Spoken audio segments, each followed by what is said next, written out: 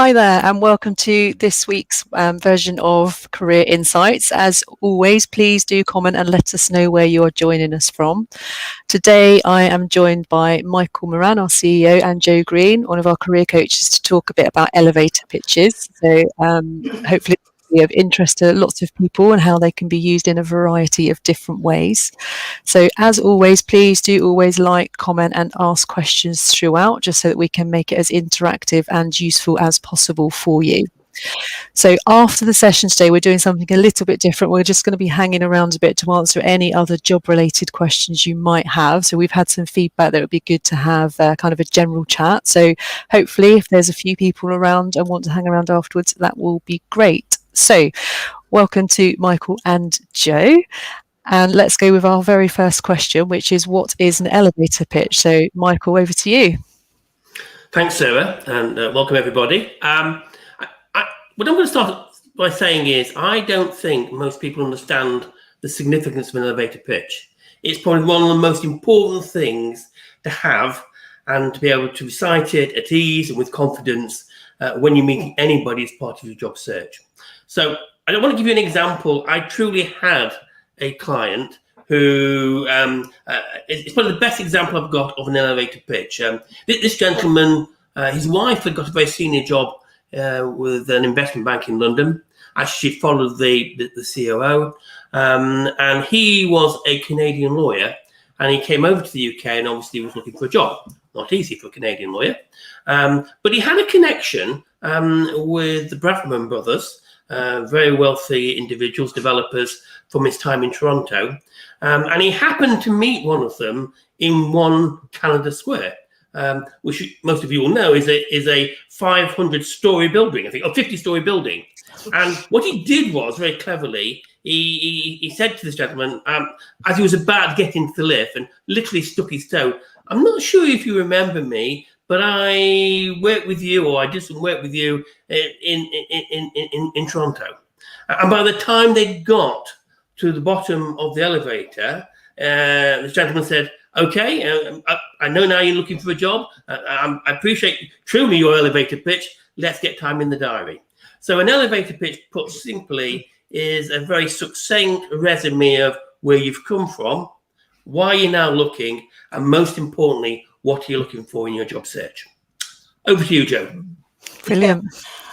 Yeah, I would agree with you, Michael. The elevator pitch is probably the most important thing in your job search.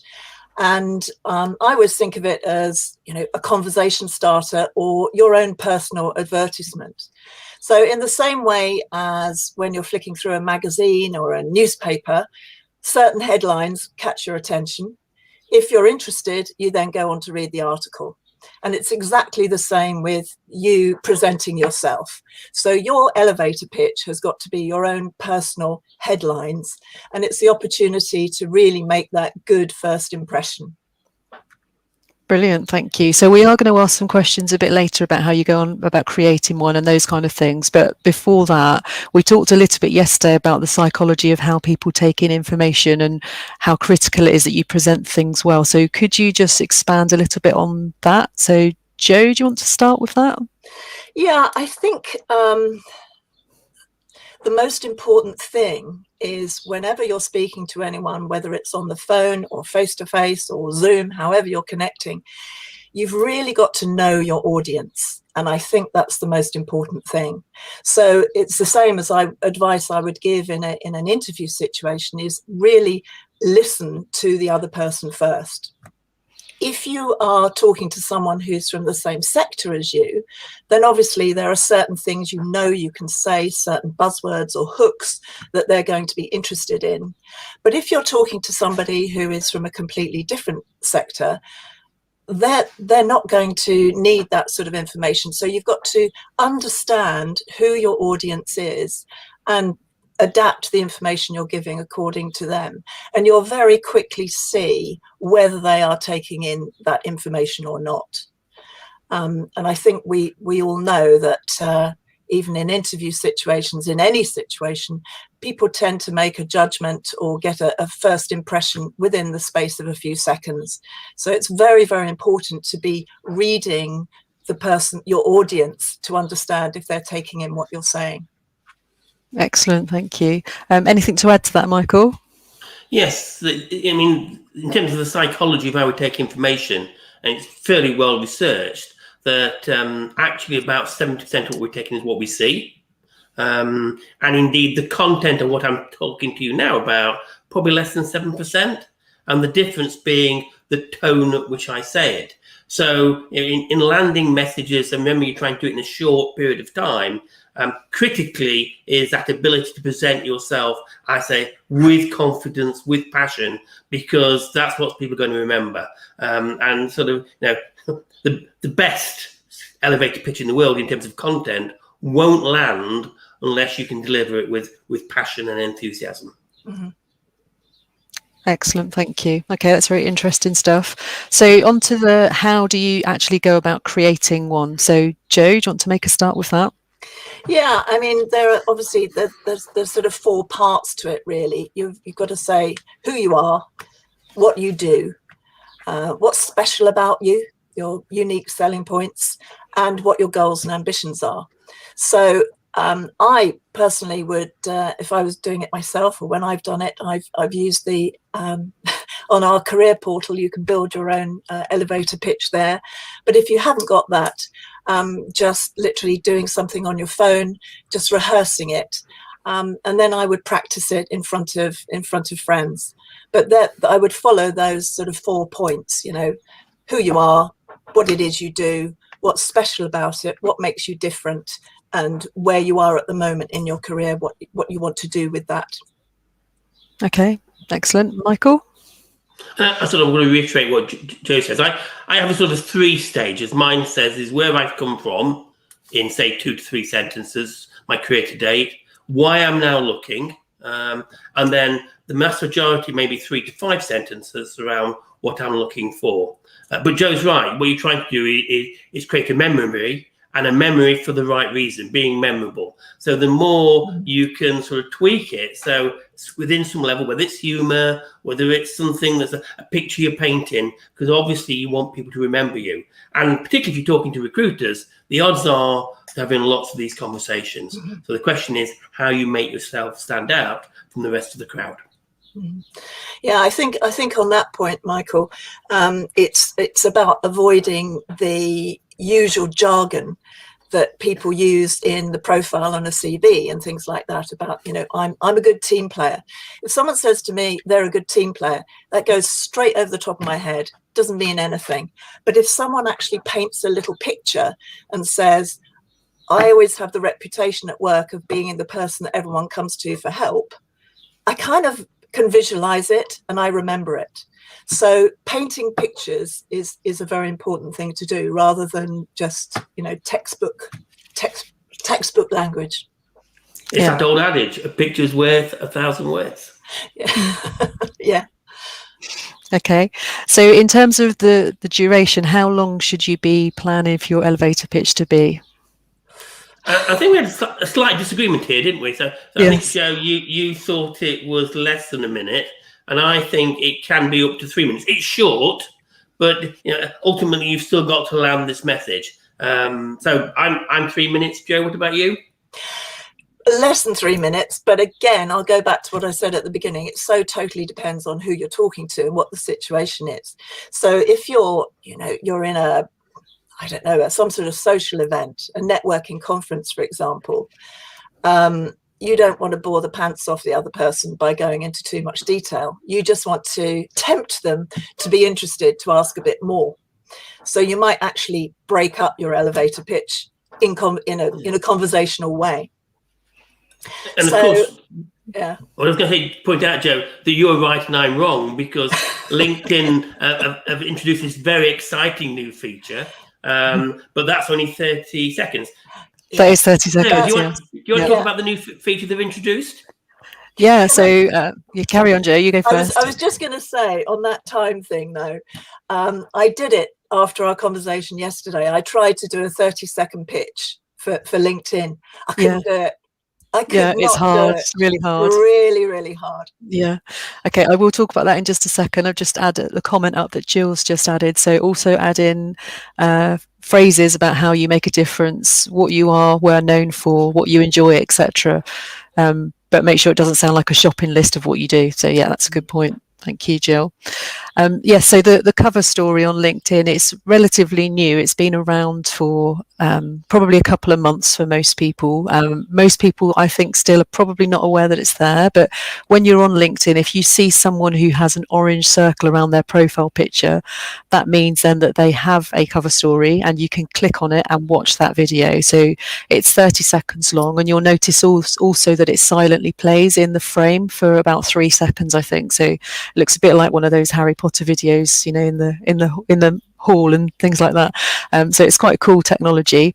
So if you're going to record it, then the advice is to do it on your phone, and then upload it to a site where you can add subtitles. So that just then makes it accessible for everybody. But also the stats show that 80% of people don't actually listen to sound on LinkedIn. So you really want to have subtitles so that people are getting that message.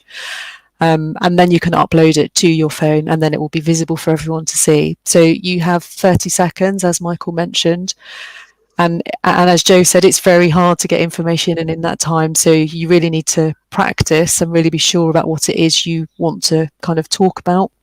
And think about your background as well. So we were talking about this yesterday. We have a client who is Spanish and based in Spain, but actually he has done his video in English because for him a huge selling point is that he's bilingual, and he wants his Spanish audience to see him speaking in English. But he's also picked his location very well. It's a lovely area with big office blocks in the background. So it's a really, really good video, I think. So I think you can get over a lot in 30 seconds. It's not just you talking. So anything to add? Have either of you set up your videos yet? No, as I say, I tried to do it after our conversation yesterday, and I've only had a couple of goes at it, but I found it really difficult to do it in 30 seconds. Yeah, very difficult. As yet, I've not done it. I am going to do it, so that's a bit of a commitment. I suppose I'm still in two minds, and so I had this debate when my client asked me around should he use a cover story, because I think it probably depends on the sector you're applying for. You know, I can imagine if you're applying for financial service, professional services, and the audience, dare I say it, is going to be old school 40s, 50s. I don't think they're going to look at a video on LinkedIn. A little bit like these sort of people also not that well, not used to using photos on CVs. On the other hand, if you're applying for a digital role in the media, advertising, a much more, dare I say, useful, vibrant audience, I think it's essential. So I think it's a bit like horses to courses. It'll be interesting to see how it develops and whether it does become a sort of feature that everyone does. The other sort of downside, I suspect, Sarah, is that recruiters, you know, will they actually use it as a way of identifying candidates? Because at the moment, that's not likely to happen. But at least the good news is, as we all know, and if anyone's done any recruiting, when you've looked at the CV and then the person walks through the door and they don't look like their CV, i.e., so at least recruiters can see what you look like, which I think, whether we like it or not, is an important issue around selection.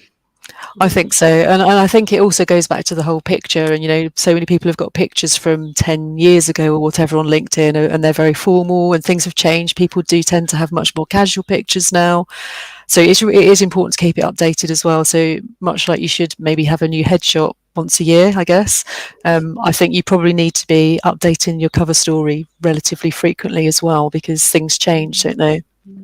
Can I ask a question here, Sarah, though? What do you do for LinkedIn when you've got several different profiles that you want to get across? Yeah, I guess that's the difficult thing, isn't it? So, I mean, for me, obviously, I'm not job hunting, but I use mine to kind of talk about the fact that I've got a portfolio career. So I'll say I do career coaching, I do LinkedIn coaching, I've got a holiday let, I'm a charity trustee. So I'm using it to talk about those things very generally, and then hopefully people will go on and have a bit more of a read. So I guess the first thing is to work out why you're using it, and then try to get that across. So I suppose if you didn't necessarily know exactly what job you were looking for, then that's quite difficult to record a really tailored cover story. So I think then you would probably be talking about your key skills rather than I'm looking for this type of role. Right. Does So that almost lead us nicely? Sorry, Joe, go on. I was just going to say, does that almost sort of link to the competency-based or functional-based CV? Yes. You're selling yourself on your key skills rather than your last job. Absolutely, yes, yeah. I've just put up another question from a comment from Jill, and then I'll go back to our question. So Jill says, I always suggest 2 pictures, the summary of and the full one for the 3 minutes, so you can answer the question, tell me about yourself at interview, I guess, and the summaries for a quick intro. So yes, that's one of our kind of comments in a second, actually, about different types of uses for it. So we've talked about how long it should be, when would you use it, so we've sort of touched on that. Anything to expand on that? Yeah, I mean, obviously in a social situation, in a networking conference, but also when you're picking up the phone to a search firm, for example, you've got to have a very clear message that you're giving, because they're not going to stay on the phone and chat to you until they want that hook when you make that initial phone call. So certainly in that situation, I don't know. I think also it's going back to what I was saying at the beginning about using it and adapting it to your audience, because if you're at, I don't know, a social event, a party, for example, nobody particularly necessarily wants to know all about you and your background. But if they do say to you, oh, I'm a lawyer, what do you do? Then it is an open invitation to briefly say, yeah, I'm a career coach, this is what I do, this is the area I work in, and then it becomes more part of the conversation, but it's still sort of stored in your mind as the key points you want to get across. Yeah. And so yeah, I think you've got to have it there for any situation, really. Yes. Yeah. And we talked about it linking to interviews as well, didn't we? So that tell me about yourself question, that links quite nicely to the elevator pitch. Yeah, okay. So Liz has just made a comment to say, interesting discussion on the cover story and the key point about the importance of deciding why you want to engage in this way. So yeah, I think that's it. It's really, you need to think about it before you do it. I think that's definitely the thing here. So kind of linked here. So can the elevator pitch link to the CV profile statement? So the kind of the statement at the top of your CV, and also the about section on LinkedIn. So Michael, do you want to start with that one? Yeah, so I'm thinking that if you are actively job seeking, your CV profile statement effectively should be your elevator pitch. So and reverting the last question, I mean, Joe's comment, you should be using it all the time. And I can think of one client who got a job as a result of standing on a touchline watching his son play rugby, with someone said next to him, so what do you do? AKA, I can roll out my elevator pitch. And so I think familiarity with it is important. One slight digression, Sarah, if I may. So to get people to the point of, once you produce your elevator pitch, you should always test it. And what I mean by test it, talk to 2 people you know and trust very well, roll out the elevator pitch, and then say to them three questions. 1, what have you learned? AKA, have you landed the message you intended to land? Secondly, can I achieve this? Because there's no point putting an elevator pitch out there if people don't see you as, the next future CEO. And thirdly, how did I come across? Was that too relaxed? Was that too in your face, etc.? So I do think there's quite a piece around preparing the elevator pitch before you take it to market. But then returning to your question, absolutely make use of LinkedIn to advertise your elevator pitch, because ultimately that's what's going to get you this job, isn't it? This is what I'm looking for. Yes. Yeah. And that about section, or the summary section on LinkedIn, it is essentially, that is about selling yourself. So ideally you would want to structure that with the kind of the top part about what you're looking for next. So making sure you're naming the roles you're looking for, if you know that, the skills that you've got that relate to that particular role, any keywords, because when a recruiter runs a search, you want them to find you for the role you're looking for, not the one that you've just been doing. So if you just go into a history and you're maybe looking for a promotion, you're not going to get found unless you talk about what it is you're looking for. So have that at the top, and then beneath that a bit more information about your history and how you've got to where you are now. So if you're not searching openly, then that does make that quite difficult. But I think you need to try and be creative about getting those keywords in for the next role that you're looking for. So top part about what you're looking for, middle part about what you're looking for next, and then at the bottom you can add any other keywords that you've maybe not been able to include naturally in a paragraph. Mm-hmm. Yeah. It's funny, in sort of any interview training that we do, the one question that people always ask me is, what do I say when people say, tell me about yourself? Yes. And it's the one question people seem to be very uncertain of. And I never quite understand, because clearly it's one thing you really can think about and really can practice. And it is basically the elevator pitch. Yes. It's that hook, that headline that are going to get people interested in you to ask more. Yeah. And so that leads on to the next one. So how can you practice? So there's obviously lots of different ways. So Jo, do you want to talk about some of the ways you could practice? Yeah. As I mentioned earlier, obviously on the 1080 career portal, we've got there's a section where you can actually build your own elevator pitch. It takes you through each of the 3 or 4 stages. But I mean, if you haven't got that, of course, you can just do it on Zoom or on your phone, and just practice and watch yourself back and listen to yourself. Because as Michael was alluding to earlier, the psychology of how people take information in, it's very much about where you put emphasis on the words, how upbeat you sound, how much energy you're putting into it, and whether you're enthusiastic or not. So you can hear your own voice, and that's sometimes comes as a bit of a shock to hear your own voice, but you need to do that, and practice, and failing all that, stand in front of the mirror and do it. Yeah. While you're emptying the dishwasher, walk around the kitchen, say it out loud, and until you feel really comfortable with everything. Yeah. And then go on. Karen, I was going to say, going back to Michael's point earlier about asking other people for feedback, you can record yourself on your phone and send a video message. You can record yourself on LinkedIn and send a video message that way, and send it to people you kind of know and trust to give you honest feedback on how you're coming across. They may well come up with things of, why haven't you talked about this? So it's really good in terms of feedback for your practice and how you're actually talking, but also the content.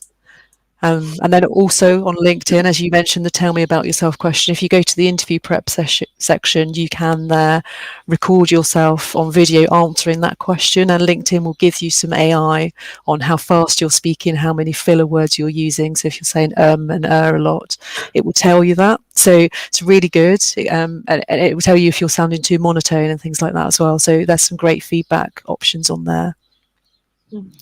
So Michael?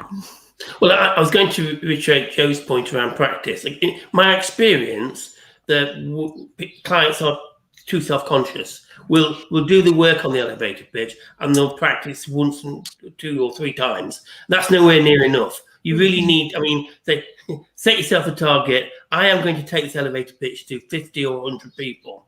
And therefore, the more you practice, the better you get at it. And coming back to what I said earlier around, it's about how we see you giving that information, not what we're hearing you. It's really, really important. And I can't stress enough that this is something that if you can deliver that confidently, that this is what I am, this is what I want to be, you're much more likely to get the job than if you're nervous, you're stuttering, you've not quite thought it through, the words don't mix. And as you say, LinkedIn's very brutal in occasionally, isn't it? So in terms of it's telling you how you come over to people. Yeah, absolutely. Really good feedback. Really good. It is really good. Yeah. And I suppose the other way you could practice, if you are interested in this, is joining local networking groups. So, or doesn't have to be local now, can it be anywhere? So typically at the start of networking groups on the online ones, they will get you to introduce yourself. So that's a really good way of actually talking through your elevator pitch to people that you might not know. So that's quite good. Okay, so can you use this in an interview somehow? So Jo, your elevator pitch. Yeah, absolutely. It's what I was saying before, that the initial opening question at interview is often, tell me about yourself, or it might be, do you want to briefly talk me through your CV, or something like that. So that in itself is the slightly more extended version of your elevator pitch. But you might at that stage not want to give all of it, because you haven't listened to what the interviewers had to say yet. So you've got to have it in your mind, and these are all the points you want to get across, but not necessarily all in one go, all at the beginning. Yeah. So all that preparation will pay off somehow during the interview. Absolutely. Yeah. Yeah. Anything to add to that one, Michael? Well, additionally, it enables you to control the direction in which the interview is going. So, it enables you to tell the things I want to talk about at the first instance, because almost certainly, having given them the chance to tell them about yourself, that will be the lead question that the interview will then follow up on. I'm a great believer also in leaving a hook at the end of elevator pitch, which is, do you want to know more about my time, or have I given you a succinct description of my career to date? Again, a way of engaging the interviewer, but going down a path that you want to go down. Yeah, good. We've kind of loosely touched on this one, but is it a good idea to have a few different versions of your elevator pitch? So, Michael, you want to start? Absolutely. Joe said at the outset, know your audience. If, for example, you've got a two-pronged job search strategy, A, say to investment banks, B, to consultants selling into investment banks, you've got to tailor the elevator pitch to meet that audience. So absolutely. Great. Okay. Joe, anything else to add to that? Yeah, I can't think of anything to add to that. The only thing I would be sort of a note of caution, though, is you don't want to be giving out mixed messages. So you've got to be, if you are going for more than one sort of role, you've got to be very clear who you're giving those messages to, it's all about mixed messages. You've got to keep it very clear in your mind who you're talking to and which bit you're trying to sell. As I said earlier, some people are going to be more interested in more detail. So in my own case, if I was talking to someone from HR, they'd have a lot of understanding of the things that I do. If I was talking to someone who'd never heard of what a career coach was, you'd just try and find the language that they would relate to, self-marketing, interview skills, etc., etc. So you do have definitely several versions, I think. Yeah.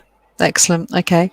So just a bit of a summary statement here. So we're really talking about linking everything together. So from the elevator pitch, you've got your conversation starters, the pitch itself, CV profile statement, the about section on LinkedIn, cover story on LinkedIn, and interview. So you need to have some sort of consistency between them all, and the prep for the elevator pitch is going to help you in all of those things. So, Michael, can you share a good example of an elevator pitch? We've been looking forward to this question, haven't we, Sarah? So if I was looking for a job, this is what I would say.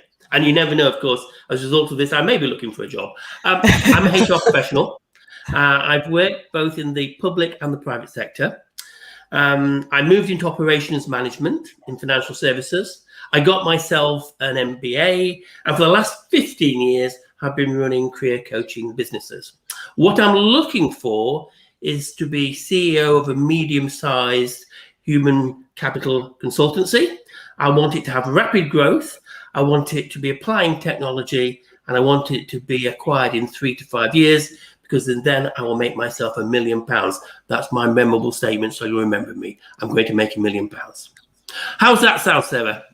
Very good, thank you. So it's good at the beginning with your intro to, you've got public sector, private sector, HR, financial services, career coaching. So you kind of covered all of that really quickly, but I've obviously remembered it all, so that's all good. And great that you got in about the MBA and that you want to make your $1 million. Yeah. Very good. Memorable. Yeah. What about you, Joe? Any feedback from Michael? Well, I'd give you the job, Michael, definitely. Creep. I'd employ you. No, I mean, you did. You got a lot in there. I didn't time it. But I don't know. What was it? A minute? maybe? I'd say it was less than a minute, I would say. It Yeah. was less than a minute. Yeah.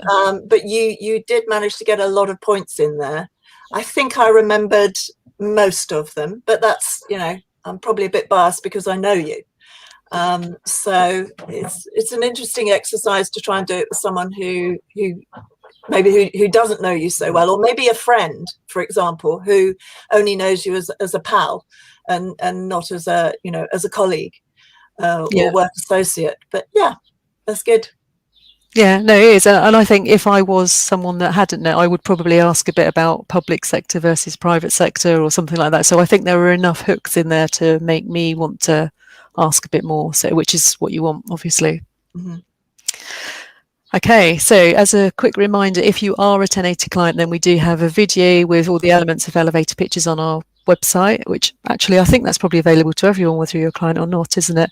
But also we have got the elevator pitch, which is on our portal, which is for clients, which helps you to build that. So please do let us know if you want to see that. And just to end this part of the session, top tip to leave with. So Jo, what's your kind of top tip for people on elevator pitches? Know your audience, be confident, and smile. Okay, great, excellent. And Michael? Practice it, practice it, practice it. Okay, brilliant. Very good. Okay. So next week, I'm going to be back here again talking to Jill and Alison, who have both been on before, and we're going to be talking about tips for over 50s looking for work. So there's been quite a lot of talk about this on LinkedIn, and I think that Liz has been quoted in a couple of articles about this, which is why we thought it would be an interesting topic to talk about. So that's us for today on elevator pitches, and we will, as I said at the beginning, just be staying online for a bit longer to answer any other questions that might come through. So please do ask away. I think there's about 15 people watching at the moment, so if you have any questions relating to job search, then please do add them. So whilst we are waiting in anticipation, in case we get questions, anything you want to talk about, Michael?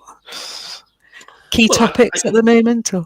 I mean, I can encourage people to ask questions. There's no such thing as a silly question. I think the job market's starting to take off again, so the signs are encouraging.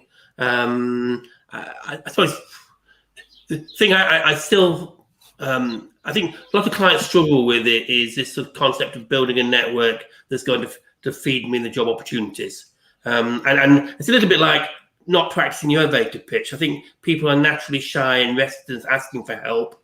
But so the thing here is, do not be afraid to ask for help, because it's one way of making yourself memorable for the right sort of reasons. Yeah, that's good, definitely. What about you, Jo? Have you noticed any change in the job market? Yeah, I have actually. What I've noticed, and I know we had a talk in on this a few weeks ago, informational interviews. I'm actually sort of supporting one of my sons at the moment with a bit of job search, and actually getting him to look at a company, look at who works there, look at their backgrounds of the people who do the similar job that he'd like to do, where they've studied, what they've done, what qualifications they've got, and then approaching them for a chat. And it's amazing the response he's had. Really, really very encouraging. So That's I think really it's good, about having, it's about having the guts to go out there and approach people direct. And I'm finding direct approaches are working pretty well at the moment. Yeah, that's really good to hear. And I think that whole informational interview was relatively, although it's not a new concept, I think maybe the name of it's quite new. It's quite new to me. But yeah, I think it's definitely really powerful. Lots of people I know are kind of going down that route now. So we've got a couple of comments coming through. So someone saying, great session. Michael's pitch was a great example of keeping it concise and memorable. So there you go, Michael. Feedback from someone anonymous. Okay, so we've got a question here from Ada Sumbo. Hopefully I've pronounced that correctly. How easy is it to get a HR volunteering position other than online in a bid to get into the labour market? I have HR experience and currently rounding up my masters. Thank you. So, I mean, totally randomly, I do know someone in Oxford who is looking for someone to do a HR volunteering position for 6 weeks. So I can send that on to you if that's of interest. But in general, have you got any views on this, Michael? I haven't. I spoke this time last week to the Westminster Business School, to the masters, and one of the key things I think of getting into HR, having got a qualification, is to do so by volunteering. And let me come back to the point that Joe just made, and it's sort of having the confidence to reach out to people and say. I mean, the great news about LinkedIn, you can almost ask anybody. So that, tell them about yourself and say, can I come in for 6 weeks? Is there a project I can do for you? And if you ask people, or again, get your network on message, and well, everybody works in an organization of some sort in your network, I suggest. They'll probably have some sort of HR person there. Again, get them to approach on your behalf. Can I volunteer? So don't be shy. Use your network and absolutely identify opportunities for you to volunteer. And it's definitely the first step on the road as far as I'm concerned. Yeah, I agree, definitely. So she said here, when you say direct, do you mean face-to-face online? So I think this was relating back to your point, Joe, about the informational interview. So I guess it would be online in this occasion, but directly messaging those people, I suppose. Yeah, both. So the good news about LinkedIn is if you've got a connection, you can email people. So absolutely. But equally, if you've got I go back to the network. She was at the session at Westminster. So there you go. If you've got someone's phone number, call them, ask them, text them. The worst they can say to you is thank you, but no. That's the worst thing they can say to you. Yeah, so, absolutely. And Joe, I don't know what you think. If you don't ask, you don't get. And given that such a high percentage of jobs go as a result of a networking introduction, and certainly if you're new to the job market, this is a very positive step to take. What do you think, Joe? Yeah, absolutely. And what I'd advise Idisumbo, if I've said that name right, is do you know anyone else who's doing that? And finding out how they got it, how they went about it, is quite a useful way.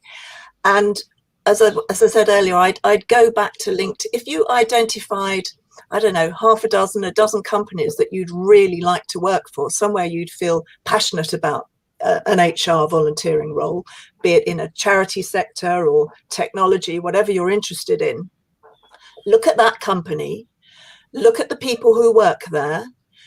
At the top, it will tell you what school they've been educated at or what university they've been at. And you might flick through and see that half a dozen of them have been at the same university as you, which would be a great way of going in, finding somebody, messaging them via LinkedIn if you haven't got their email, and just saying, I really like the look of what you've done. I'd love to be able to do the same thing. Would you be prepared to give me a 5-minute telephone call just to give me some advice as to how to go about doing it? Yeah, definitely. And it does really work. I have had a client that moved to Canada and did exactly that. The company she wanted to work for, it was an employed role rather than a volunteering role, but she identified the company, found someone that went to the university that she went to, admittedly 20 years beforehand.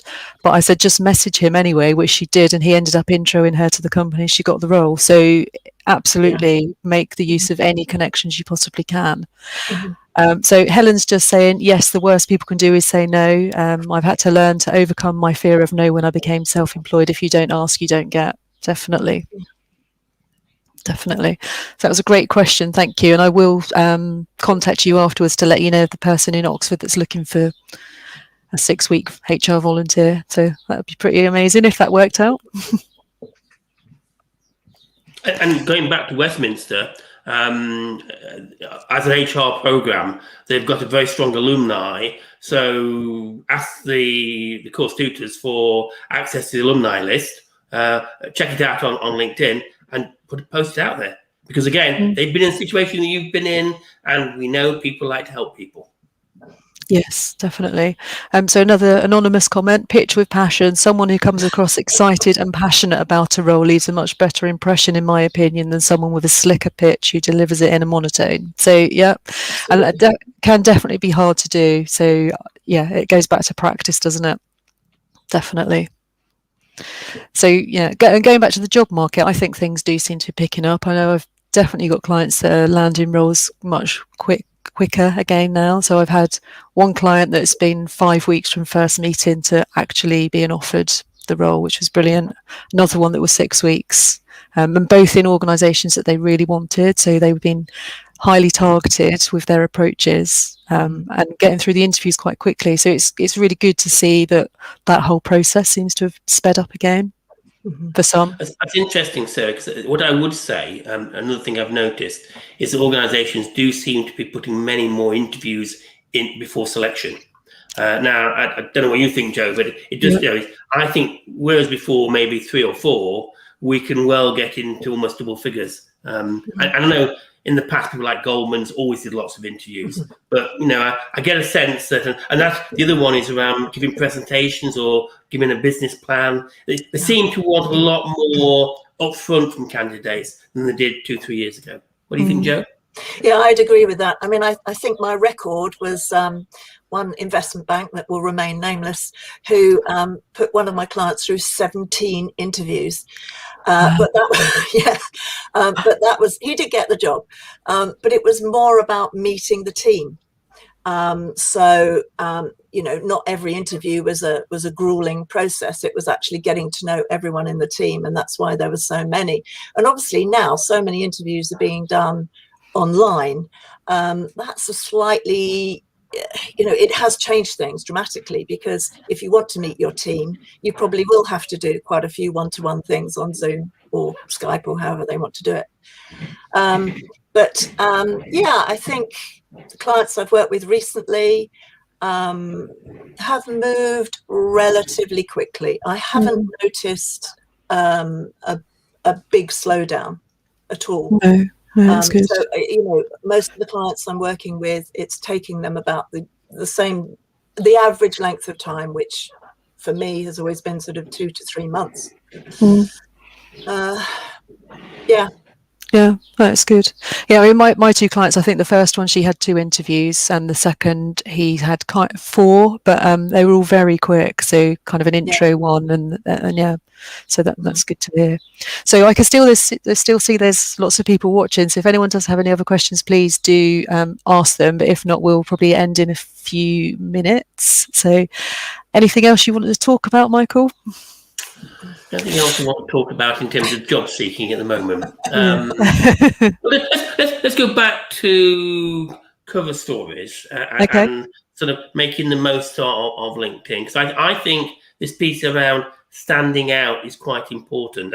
And those who are at Westminster heard me talk about MacGuffins. Do you know what a MacGuffin is, Joe or Sarah? I certainly don't. No. And Joe, given your background on the stage, you probably have come across it. What it is, apparently, in both either theatre or in a film, it's an event or some item that sort of sequences what's coming next. So it's a memorable point, and it makes you think about what's going to happen next.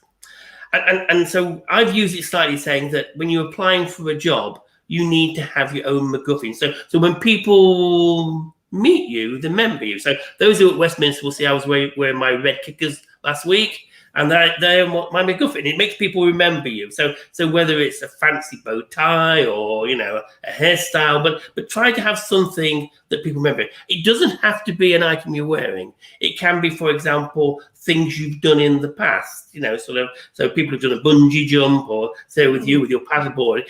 Because this piece comes back to, we remember pictures of people better than we do words. So again, in terms of interview technique or an elevator pitch, if you can build something in that gives you that level of making you memorable, you're much more likely to get the call back. Yeah, that's true. That's really true. And it's different people remember different things about you, don't they? So I guess that's all about context and making sure it's relevant to that person. It goes back to that point that I made a while ago on the interviews, where somebody had found out their interviewer liked Star Wars, so they had a Star Wars screensaver on their phone or something like that, which then sparked conversation. So that could be quite useful. I'm not sure what that noise is. That's probably our power heater. Okay. Water heater. I think, Yeah. Okay. Yes. So yeah, absolutely. With cover stories, it's making yourself stand out for the right reasons, being prepared and practicing and doing lots of takes before you do it. In fact, I did think about having a bit of an outtake video of mine because there were so many that I just started laughing. But Yeah, that's a great idea. I mean, and I know you use cartoons as a way of portraying yourself on LinkedIn. All these, and if you think for a minute like a recruiter, I'm sort of on LinkedIn. I'm seeing. I put a few keywords in, and what's coming out are a lot of people looking the same. Very smart, well presented, lots of good CVs. But by the time I looked at 10 or 20, I can guarantee you it'll be the one that looks different is the one I'm going to spend more time looking at. So the more, and it's definitely true on CVs, if 60, 70 CVs coming through, and I've got to do a sift exercise, and I'm, ones I want to see, the ones I don't want to see, I'm looking at them for a very short period of time. I absolutely know if I see something that's not like the others, I'm definitely going to look at it. I might still put it in the other pile, but I've spent more time looking at it. So anything around making yourself more memorable is to be encouraged. Yeah, but with one tiny note of caution, though, is not to be too gimmicky. You do want to stand out. And going back to what you're saying, Michael, if I'm looking at a whole pile of CVs, I will admit here quite openly, I often look at the interests first, and not everybody puts things on there. And it does tell you more about a person, and it does make them more memorable. But just be careful what you're remembered for. Okay, so two quick stories to finish on that. So you're right. So one, a career coach approached me for a job to work with 1080, and I looked at Jodas's interest, and he said he was a stand-up comedian. So I saw him. And the second one, I had a client who, on the bottom of his interest, said, "And in my part-time, I wrestle alligators." So I said to him, "I don't think that's a good idea. I know what you're trying to make memorable, but he did say, well, I used it the other week, Michael, and somebody told me the only reason they saw me was because in my part-time I wrestle alligators." He didn't wrestle alligators, of course, but again, to get people's attention. But the point's well made, Joe. You've got to be memorable for the right reasons. Yeah, absolutely. Brilliant. Well, okay. So thank you, everyone that's still watching. There are still a few people watching. So thank you for joining. We, as I said, we'll be back next week with Jill and Alison to talk about job hunting tips for over 50s. I'm sure they're going to be relevant for everybody, but just because we've seen quite a lot written about this recently. So thanks again, Joe and Michael, and see you next week. My pleasure. Thank you. Bye. Bye-bye. Bye.